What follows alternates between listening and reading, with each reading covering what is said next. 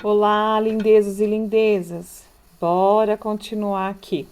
Essa é a última lição dessa apostila, né? Módulos 142, 143 e 144. Pessoal, lembrando que esse módulo eu vou dividir em duas partes, tá? Então, quando eu postar essa videoaula aqui, ela vai ser a parte 1, tá? Então, postando essa videoaula no dia 22/10. E depois, a segunda parte, eu vou postar no dia 23/10. Vai ser a mesma videoaula, para ninguém assustar e falar, tá repetido. Não, não é que está repetido. O vídeo, sim, vai ser o mesmo, mas é para poder eu dividir os exercícios, tá? Porque nessa daqui tem muito conteúdo. Então, para vocês poderem entender melhor, tá bom? Então, vamos lá. Outro assunto que vocês já estão carecas de conhecer: concordância verbal, né? Lembra quando eu falo que um texto ele tem que ter coesão e coerência, né? E eu também tenho que ter uma concordância verbal no meu texto. Então, vamos lá. Ele começa dizendo pra gente que o título deste capítulo é Além do Museu. Isso significa que seu maior objetivo é explorar a arte enquanto a extrapolação dos espaços institucionalizados para esse tipo de manifestação. Ao se tratar de intervenções artísticas urbanas, nos módulos 139 e 140, buscou-se juntamente esse movimento, ou seja, houve aí uma junção de dois assuntos totalmente pertinentes um ao outro. Mas, contudo, não podemos esquecer da importância dos museus. Se é importante que apreciemos a arte expressa nas ruas, evidentemente o mesmo se pode considerar a respeito dos tais espaços, ainda que muitas vezes eles sejam vistos como lugares inacessíveis, né? Aqueles que não têm muito conhecimento mais aprofundado sobre movimentos artísticos. De fato, muitos museus são pouco democráticos, no sentido de facilitar que o público, que tenha um público amplo, né, que possa fruir aí as obras que o abrigam. Infelizmente, muitos não são acessíveis a essa situação, mas há algumas exceções.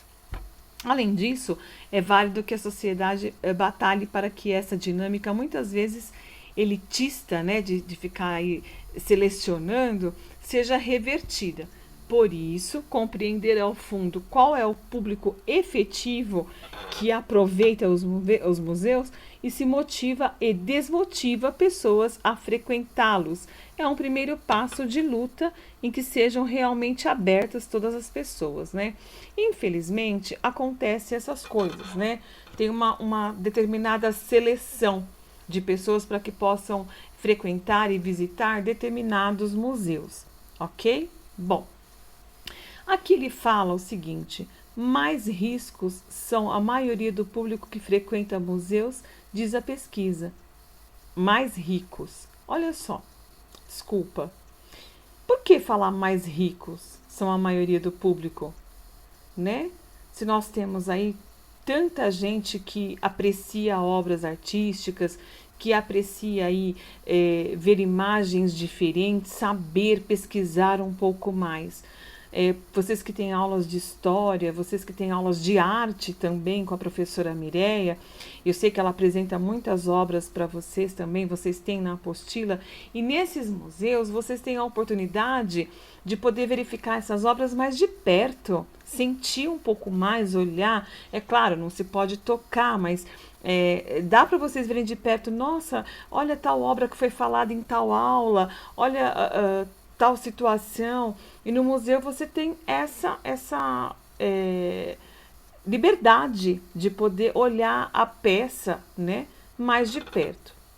Aí ele fala aqui que foi feita uma pesquisa entre 600 homens e mulheres, né?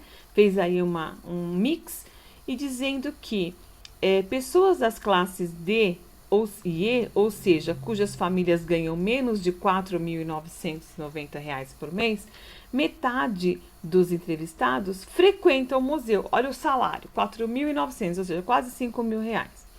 A outra metade que visita a cada 2 anos, podendo ser classificada como não frequentadora habitual. Tudo bem que você pode não ir sempre ao museu, gente, mas pelo menos vai visitar um museu 3 vezes no ano. Eu acho que dá para fazer isso. Claro, quando, né, for algo legal para você, quando tiver uma peça, alguma coisa de obra de arte ali que você fala que vai valer a pena para poder ir visitar. Ah, é caro. Sim, mas tem alguns que são flexíveis os valores. Tem alguns dias que são gratuitos, depende da situação, tá? E aí ele fala assim que com base nas respostas obtidas, os pesquisadores identificaram que quem costuma visitar mais os museus mais de uma vez ao ano faz se sentir envolvido pelas obras, né, pelas histórias contadas por meio de exposições, que foi o que eu falei para vocês agora, ok?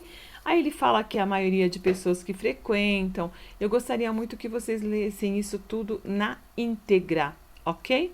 Olha, tem tudo aqui, a porcentagem de frequentadores, os mais visitados, quais tipos de obras que são mais visitadas, né? Olha, ele fala também das concorrências aqui, olha. Então, tem uma porcentagem grande aqui de espectadores e eu gostaria muito que vocês lessem isso daqui na íntegra, tá? Aqui ele mostra também as imagens, algumas imagens de arte, né? Peças de arte que são expostas no museu. Tem ali os orientadores para explicar, para falar sobre o assunto. É muito interessante, pessoal. É muito bacana. Vale a pena, sim, né? Visitar um museu. Vale muito a pena, tá?